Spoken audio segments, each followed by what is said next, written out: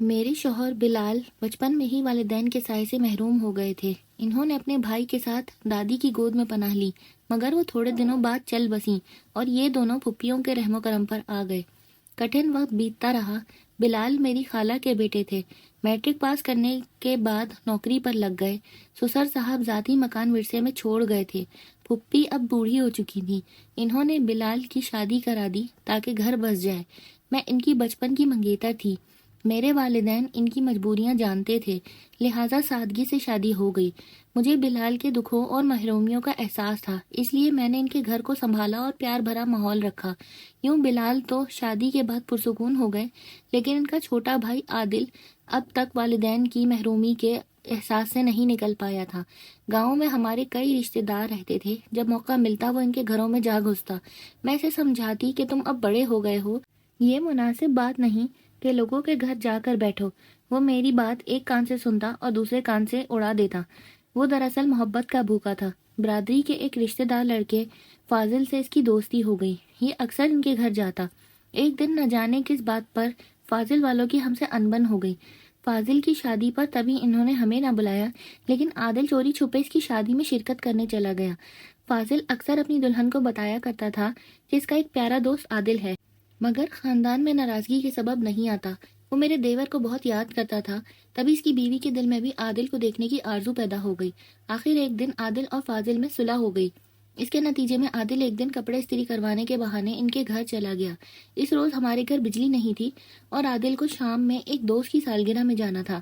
اس نے فاضل کی امی سے کہا، خالہ مجھے کپڑے استری کرنے ہیں، تبھی آیا ہوں۔ خالہ نے اسے پیار سے بٹھایا اور استری لگا کر دی۔ جب وہ کپڑوں پر استری پھیرنے لگا تب ہی فاضل کی دلہن آ گئی۔ ساس سے پوچھنے لگی، اچھا یہی وہ عادل صاحب ہیں جن کا ذکر اکثر آپ کا بیٹا مجھ سے کرتا رہتا ہے؟ پھر وہ عادل سے مخاطب ہوئی، لاؤ میں کپڑے استری کر دوں۔ آپ تکلیف نہ کریں بھابی، میں خود ہی کیے لیتا ہوں۔ گھر میں بھی اپنے کپڑے خود ہی استری کرتا ہوں۔ دلہن نہ مانی، اس نے عادل کے ہاتھ سے استری لی اور کپڑے پریس کرنے لگی۔ اس کا دھیان نہ جانے کدھر تھا، استری قمیض پر دھری رہ گئی اور دھواں اٹھنے لگا۔ یہ دیکھ کر عادل کو بہت غصہ آیا، مگر نئی دلہن تھی، لحاظ کر گیا۔ اسے مزید غصہ تب آیا جب وہ افسوس کے بجائے ہنسی ٹھٹول کرنے لگی۔ عادل سوچ رہا تھا کہ یہ کیسی عورت ہے، ذرا بھی اس کی آنکھ میں لحاظ نہیں، اپنی جلی ہوئی قمیض اٹھا کر گھر آ گیا۔ اس روز موڈ اتنا خراب ہوا کہ تقریب میں بھی نہ گیا، بلکہ اپنے کمرے میں جا کر سو گیا۔ ہفتہ بمشکل گزرا تھا کہ یہ دلہن صاحبہ، جس کا نام بلقیس تھا، ہمارے گھر آ گئی۔ عادل کرسی پر بیٹھا کوئی اخبار دیکھ رہا تھا، نہ سلام نہ دعا، آتے ہی فٹ سے بولی، عادل تم دوبارہ کیوں نہیں آئے؟ دوست سے ملنے تو آ جاتے۔ فاضل کتنا تم کو یاد کرتے ہیں، کیا قمیض کے جل جانے سے ناراض ہو گئے ہو؟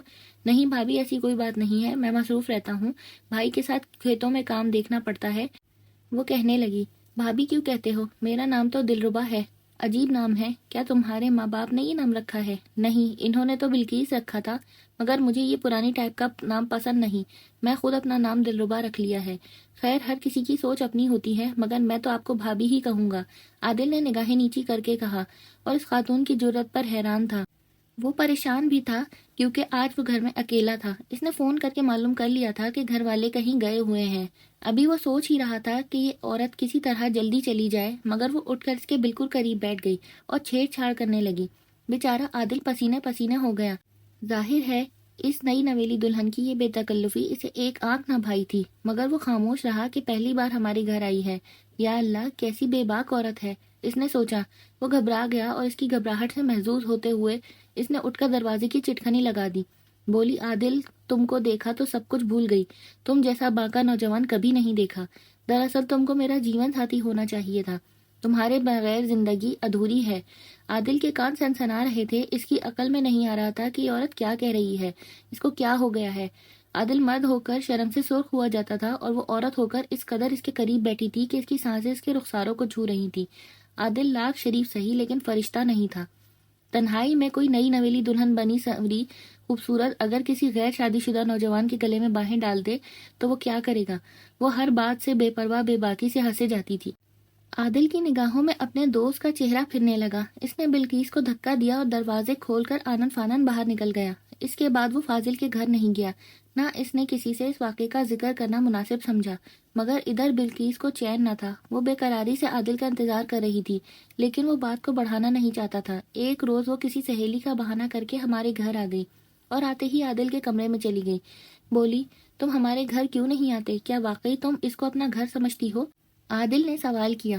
ہاں، بلقیس نے جواب دیا۔ پھر تو تم اچھی اپنے گھر کی رکھوالی کر رہی ہو۔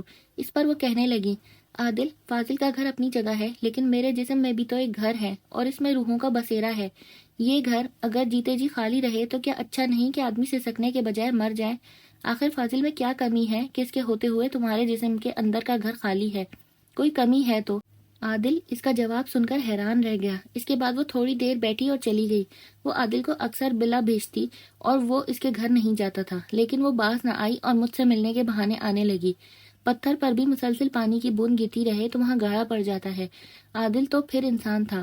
بالآخر اس نے بے رخی چھوڑ دی اور جب آتی اور اس کے ساتھ بیٹھ کر باتیں کرنے لگتا۔ مجھے کہتا، بھابھی یہ میری مہمان ہے، اس کے لیے چائے بنا دیں۔ میں سمجھتی کہ محض عادل کا دیدار کرنے آتی ہے۔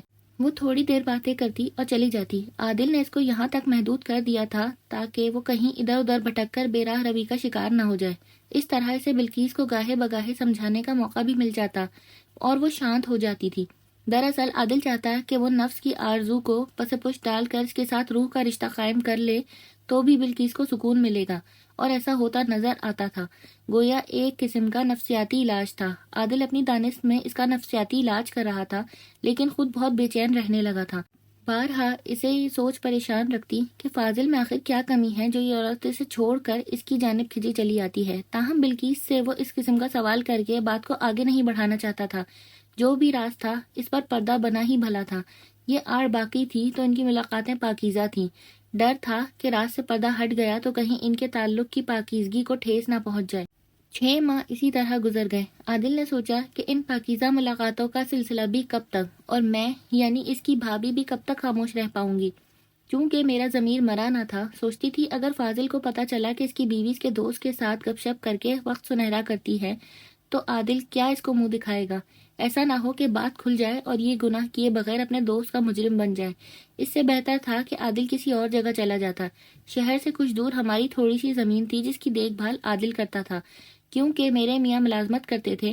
وہاں کھیتوں میں ہمارا 2 کمروں کا ایک پرانا سا مکان تھا جو اپنی زندگی میں سسر صاحب نے بنوایا تھا۔ جب بلال اور عادل فصل کی دیکھ بھال کرنے کے لیے جاتے تو اس میں قیام کرتے۔ ایک دن میں نے عادل کو مشورہ دیا کہ بھیا، بلقیس ٹھیک اتوار کی عورت نہیں ہے، یہ کسی دن تمہارے دوست کے روبرو تمہیں شرمندہ کرے گی، بہتر ہے تم کچھ دنوں کے لیے زمینوں پر چلے جاؤ۔ جب عادل نے سوچا کہ میں وہاں رہوں گا تو گناہ کی دلدل سے بچ جاؤں گا، وہ کسی کو بغیر بتائے وہاں چلا گیا اور پھر وہیں رہنے لگا۔ اسے معلوم تھا کہ اس طرح چلے آنے پر بھائی پریشان ہوں گے، اور وہی ہوا۔ 2 دن بعد بلال زمینوں پر چلے گئے۔ ان کو یقین تھا کہ عادل وہیں ہوگا۔ عادل نے انہیں بتایا کہ یہاں پانی کے کچھ مسئلے ہیں جن پر انبن ہونے لگی ہے، ہمسائے ہمارے نوکر کی نہیں سنتے۔ میں نے سوچا کہ کوئی جھگڑا نہ چھڑ جائے تو یہاں کچھ روز ٹک کر رہنے کا پروگرام بنا لیا۔ آپ کو اس لیے نہیں بتایا کہ آپ میرے یہاں مستقل رہنے سے پریشان ہوتے اور منع کرتے۔ بلال نے کہا، ٹھیک ہے، مگر دھیان سے رہنا، جھگڑے کا ماحول محسوس کرو تو فوراً مجھے اطلاع کر دینا۔ اس وقت تو بات بن گئی اور بلال کی پریشانی کم ہو گئی، لیکن بلقیس کی پریشانی دید نہیں تھی۔ وہ ہمارے گھر کے چکر پہ چکر لگانے لگی۔ آخر اس نے مجھ سے عادل کے بارے میں سوال کر ہی دیا۔ میں نے اسے بتایا کہ اس کی میرے شوہر سے ناراضگی ہو گئی ہے، اس لیے وہ زمینوں پر جا کر رہنے لگا ہے، لیکن یہ وقتی بات ہے، فصل کی بوائی کے بعد وہ آ جائے گا۔ بلقیس نے اسے واپس لانے کی ترکیب نکالی اور اپنے شوہر سے کہا، فاضل، تمہارا دوست عادل اپنے بڑے بھائی کو ناراض کر کے گھر چھوڑ کر کھیتوں میں جا کر رہ رہا ہے۔ اس کی بھابھی نے مجھے بلا کر کہا ہے کہ میں تم سے اس کی طرف سے درخواست کروں کہ اسے منا کر گھر لے آؤ، وہاں اکیلا وہ بیمار پڑ جائے گا۔ اس کا پانی پر ہمسایوں سے تنازع بھی چل رہا ہے، ایسا نہ ہو کہ اسے اکیلا پا کر نقصان پہنچائے۔ اس کی بھابھی نے قسم دی ہے کہ تم جا کر اسے گھر لے آؤ۔ یہ ساری باتیں مجھ پر رکھ کر اس چالاک عورت نے خود سے کہی تھی۔ ادھر عادل بھی گھر سے دور تنہائی میں خوش نہ تھا، خاص طور پر اس کو میری بیٹی اور بیٹے کی بہت یاد آتی تھی جن سے وہ بہت محبت کرتا تھا۔ ان سب کی دوری وہ زیادہ دنوں برداشت نہ کر سکا، اور جب فاضل اسے منانے گیا تو اس کی منت سماجت پر وہ گھر لوٹ آیا۔ اب وہ اپنے دوست کو کیوں کر بتاتا کہ تیری بیوی کی وجہ سے ہی یہ بن باس لیا تھا۔ فاضل اصرار کر کے اس کو اپنے گھر لے گیا اور بولا، یار کھیتوں میں رہ کر کھانا اچھا نہیں کھا پائے، دیکھو تو کتنے کمزور ہو گئے ہو۔ آج تمہاری بھابھی نے تمہاری دعوت کا خاص طور پر انتظام کیا ہے، اب کچھ دن ہمارے گھر کھانا کھاؤ۔ بلقیس کا اصرار ہے کہ وہ تمہاری پسند سے روز اچھے اچھے کھانے بنائے گی۔ عادل شرمندہ ہو گیا، گرچہ وہ چور لٹیرا نہ تھا پھر بھی چور بنا بیٹھا تھا۔ اس وقت اس کی حالت عجیب تھی، اوپر سے بلقیس کی باتیں چار چاند لگا رہی تھی۔ وہ کہہ رہی تھی، فاضل اس بیچارے کو دیکھو، اکیلا ہے، بھائی بھابھی کے گھر رہتا ہے، اس کا اپنا تو کوئی گھر ہے نہ بار، اور تمہارے سوا کوئی دوست نہ مخلص رشتہ دار، اوپر سے بھائی خفا رہتا ہے کہ ساجے کی زمین ہے، یہ تو بس کھیتی باڑی کے آسرے پر پڑا ہے جہاں 100 طرح کی دشمنیاں ہیں۔ اپنے دوست کی کچھ مدد کرو، اس کی زندگی بدلنے کی کوشش کرو، کوئی ملازمت ہے اور نہ کاروبار کی آس ہے، کب تک ویرانے کی مٹی میں عمر گھلاتا رہے گا، کب اپنا گھر بسائے گا؟ ایسا کرو تم دونوں مل کر کوئی کاروبار کر لو، تمہاری تنخواہ بھی تھوڑی ہے، اللہ کاروبار میں ترقی دے گا۔ عادل اپنے پاؤں پر کھڑا ہو گیا تو بڑے بھائی کا محتاج بھی نہ رہے گا، لیکن سرمایہ کہاں سے آئے گا؟ جبکہ کاروبار کے لیے تو سرمایہ چاہیے۔ تم ایسا کرو کہ میرا زیور لے لو۔ لیکن بلال بھائی نہیں مانیں گے، وہ ملازمت کرتے ہیں، زمین کی پیداوار کو تو عادل ہی دیکھتا ہے، ان کی کھیتی بنجر ہو جائے گی، بھابھی گھر سے نکال دے گی اس بیچارے کو، لوگ مزارے رکھ لیتے ہیں، خود ہل بیل تھوڑا ہی بھانکتے ہیں، اگر اس کے بھائی بھابھی انبن کریں تو ہم کچھ دن عادل کو یہاں رکھ لیں گے، یہاں کھانا کھا لیا کرے گا، اور زمین پر بھی وقت نکال کر چکر لگایا جا سکتا ہے، مگر کھیتی تو وقت دینے سے ہی پھلتی پھولتی ہے۔ اچھا بس اب رہنے دو، تم عادل کو بزنس کی طرف مائل کرو تاکہ اس کا بھی گھر بسے اور زندگی سنور جائے۔ بیوی کے کہنے پر فاضل کو بھی اس پر ترس آ گیا، آخر وہ بچپن کے دوست تھے اور رشتہ دار بھی۔ فاضل عادل کو مجبور کرنے لگا، تب ہی اس نے لڑ جھگڑ کر اپنی فصل کا آدھا حصہ فروخت کر دیا اور بینک میں جمع پونجی نکلوا کر فاضل کے ہاتھ پر رکھ دی۔ فاضل نے بیوی کا زیور دیا اور دونوں نے مل کر ایک جنرل اسٹور کھول لیا۔ عادل زیادہ تر دکان پر بیٹھتا، وہ بہت کم ان کے گھر جاتا۔ بلقیس بے چین رہتی کہ اتنے قریب دکان ہونے کے باوجود عادل اس کے گھر بہت کم آتا ہے، وہ بھی تب جب اس کا شوہر گھر میں موجود ہوتا۔ عادل کو اب اور زیادہ اپنے دوست کی عزت کا پاس رہنے لگا تھا، مگر اس عورت ذات کو نہیں جو اس کی شریک حیات تھی۔ ایک بار بلقیس اور فاضل کی بہت سخت لڑائی ہو گئی، اس نے بیوی کو مارا، پھر دکان پر آیا اور کہا میری بیوی سے لڑائی ہو گئی ہے، آج میں دکان پر ہی سوؤں گا، وہ اکیلی ہے اس لیے تم گھر جا کر سو جاؤ۔ عادل نے بہت منع کیا، بہانے بنائے، مگر فاضل نے ایک نہ سنی اور دکان پر ہی سو گیا۔ ناچار عادل کو اس کے گھر جانا پڑا، سوچا کم از کم یہ تو معلوم کروں کہ لڑائی کیوں ہوئی ہے، اس کے بعد بھتیجے اور بھتیجی کو ساتھ لا کر اس کے پاس سلا دوں گا۔ اس وقت میرا بڑا بیٹا 12 سال اور بیٹی 6 سال کی تھی۔ وہ فاضل کے گھر گیا، بلقیس رو رہی تھی، عادل نے وجہ پوچھی، اس نے وجہ تو نہ بتائی مگر عادل کو دیکھ کر باغ باغ ہو گئی، شکوہ کیا کہ اتنے دن بعد آئے ہو، تم بے حد سنگ دل آدمی ہو، آج نہ جانے کیسے محبت کی دیوی مجھ پر مہربان ہو گئی ہے، تم بیٹھو میں کھانا لاتی ہوں۔ عادل نے کہا میں کھانا بعد میں کھا لوں گا، پہلے گھر پر اطلاع دے آؤں کہ آج رات یہیں سوؤں گا۔ یہ کہہ کر وہ جانے لگا تو بلقیس نے اس کو روک لیا، بولی میری بات تو سن لو، میں تمہاری منت کرتی ہوں، مجھے فاضل سے نجات دلا دو، میں اس کے ساتھ خوش نہیں، اس میں جو کمی ہے وہ کسی عورت کے بخت نہیں جگا سکتی۔ میں فاضل سے بھی نہیں کہہ سکتا کہ بیوی کو طلاق دے، ہاں اگر اس نے خود سے طلاق دے دی تو بعد میں مجھ سے جو تمہاری مدد ہو سکے گی کروں گا۔ کیا تم مجھ سے شادی کر لو گے؟ مجھے یہ نہیں معلوم، کیونکہ شادی مقدر کا کھیل ہے، جس کے ساتھ لکھی ہوتی ہے اسی سے ہوتی ہے۔ تمہارے لکھ کو تو تمہاری بھائی بھابھی نے خود غرضی کے آنچل سے ڈھانپ رکھا ہے کہ شادی ہوگی نہ بچے ہوں گے جو جائیداد میں حصے دار بنے۔ تم ادھیڑ عمر ہونے کو آئے ہو، آخر کب وہ تمہاری شادی کریں گے؟ انہیں تو اس کی فکر ہی نہیں، انہیں فکر ہو یا نہ ہو، جب اللہ کا حکم ہوگا میری شادی ہو جائے گی، تم اس بارے میں مت سوچو، بس اپنا گھر بسائے رکھنے کی کوشش کرو۔ وہ اتنا برا نہیں ہے کہ بیوی بلا وجہ سے چھوڑ دے، کوئی بڑی وجہ ہوتی ہے تب ہی بیویاں ان جیسے شوہروں کو چھوڑ دیتی ہیں، یہ حق تو ہمارے دین نے بھی دیا ہے۔ اب عادل کے کان کھڑے ہو گئے کہ یہ عورت کیا کہہ رہی ہے۔ بہرحال اس وقت وہ میرے پاس آیا اور کہا بھابھی ایسا ایسا معاملہ ہے اور میں بلقیس کے گھر میں نہیں سونا چاہتا جبکہ وہ اکیلی ہے۔ میں بولی تم فکر نہ کرو، میں بوا کو بھیج دیتی ہوں، وہ ہماری دور کی رشتہ دار تھیں اور ہمارے گھر برسوں سے رہتی تھیں، بیوگی کے بعد کوئی ٹھکانہ نہ رہا تو بڑی پھپھو ان کو ہماری دیکھ بھال کے لیے گھر لے آئی تھی۔ میں اور بوا اس کے ساتھ فاضل کے گھر آئی، بوا کو وہاں چھوڑا اور عادل میرے ساتھ گھر واپس آ گیا۔ اس کے بعد بلقیس اس سے ناراض ہو گئی، کئی روز بات نہ کی، ایک دن پھر اس کی شوہر سے لڑائی ہو گئی۔ فاضل نے کہا اب میں گھر نہیں جاؤں گا، دکان پر سوؤں گا، تم بلقیس کے پاس یا تو بوا کو بھجوا دو یا خود جا کر سو جاؤ۔ فاضل یہ روز روز کا جھگڑا ٹھیک نہیں، کسی روز محلے میں اس بات کا بھانٹا پھوٹ گیا تو برا ہوگا، اگر تم مجھے دوست سمجھتے ہو تو سچ بات بتا دو کہ جھگڑے کی وجہ کیا ہے۔ پہلے اس نے آناکانی کی، پھر جب عادل نے اس کو چھوڑ جانے کی دھمکی دی تو کہنے لگا کیا تم یقین کر لو گے وہ اس کے بعد تمہارا رد عمل کیا ہوگا؟ میں اس بات سے بھی خائف ہوں، تم بلا خوف کہہ دو میں ہر طرح سے تمہارے ساتھ ہوں، تمہاری مدد کروں گا۔ اس کے بعد فاضل نے جو بات کہی سے سن کر عادل حیران رہ گیا۔ واقعی اس معاملے میں بلقیس نہیں، فاضل مجرم تھا۔ وہ شادی کے قابل نہ تھا، پھر بھی اس نے بلقیس سے شادی کی کیونکہ وہ بے آسرا اور یتیم تھی، اور فاضل کے ماں باپ نے اسے پالا تھا اور اپنے لڑکے کے پلے باندھ دیا، جو کسی عورت کو ازدواجی خوشیاں نہیں دے سکتا تھا۔ جب تک اس کے ماں باپ زندہ تھے بلقیس چپ رہی۔ ان کی شادی کے 2 ماہ بعد ہی فاضل کے ماں باپ دونوں ٹرین کے حادثے میں چل بسے۔ اب بلقیس کے صبر کا پیمانہ بھی رفتہ رفتہ لبریز ہونے لگا۔ جو نتیجہ نکلا وہ سامنے تھا۔ جب عادل بلقیس کی بے بسی کے راز سے واقف ہو گیا تو اس نے سوچا کہ اس سے بیشتر یہ 18-19 برس کی لڑکی اپنی عمر کے تقاضے نہ سنبھال سکے اور گناہ کی دلدل میں اتر جائے۔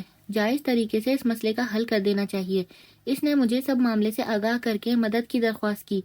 میں نے بلال سے بات کی۔ بلال نے فاضل سے رابطہ کیا اور پوچھا، تمہاری بیوی اگر ایسی صورتحال میں تمہاری شریکہ حیات نہیں رہنا چاہتی تو تم نے آئندہ کے بارے میں کیا سوچا ہے؟ کیا عمر بھر اسے جلانا اور خود جلتے رہنا ہے یا کوئی دوسرا حل ہے؟ وہ بولا، میں اب مزید اس معاملے کو نہیں چلا سکتا، یہ عورت میرے پاس ٹکنے والی نہیں، میں اس کو طلاق دینا چاہتا ہوں، مگر یہ یتیم ہے۔ والد نے وعدہ لیا تھا کہ اس کو بے آسرا نہیں چھوڑنا، کوئی اس کو آسرا دے دے تو میں آج طلاق دے دیتا ہوں۔ بلال نے مجھ سے مشورہ کیا اور پھر عادل سے۔ عادل کے دل میں بلقیس کے لیے نرم گوشہ تھا، سو اس نے فیصلہ بڑے بھائی پر چھوڑ دیا۔ یوں فاضل نے بلقیس کو طلاق دے دی اور ہم نے عادل کی شادی اس کے ساتھ کر دی۔ ہمیں ڈر یہ تھا کہ اگر یہ بد فطرت ہوئی تو کہیں ہمیں اس فیصلے پر پچھتانا نہ پڑے، لیکن خدا کا لاکھ لاکھ شکر کہ بلقیس اور عادل کو یہ شادی راس آ گئی اور وہ ہنسی خوشی زندگی گزار رہے ہیں۔ ان کے 4 بچے ہیں۔ فاضل اپنے گھر میں اکیلا ہی رہتا ہے۔ عادل نے دوستی کا حق یوں نبھایا کہ تمام کاروبار اس کے حوالے کر دیا۔ حالانکہ جنرل اسٹور بہت اچھا چل رہا تھا، مگر ایک شخص نے بیوی سے محرومی اختیار کی تھی اور اللہ کی رضا کے لیے اپنی خامی کا اظہار کر دیا تھا۔ اسے کچھ تو ملنا چاہیے تھا۔ تو کیسی لگی آپ کو یہ کہانی؟ اگر پسند آئی ہو تو اس کو لائک کر دیجیے گا اور چینل کو سبسکرائب کر لیجیے گا۔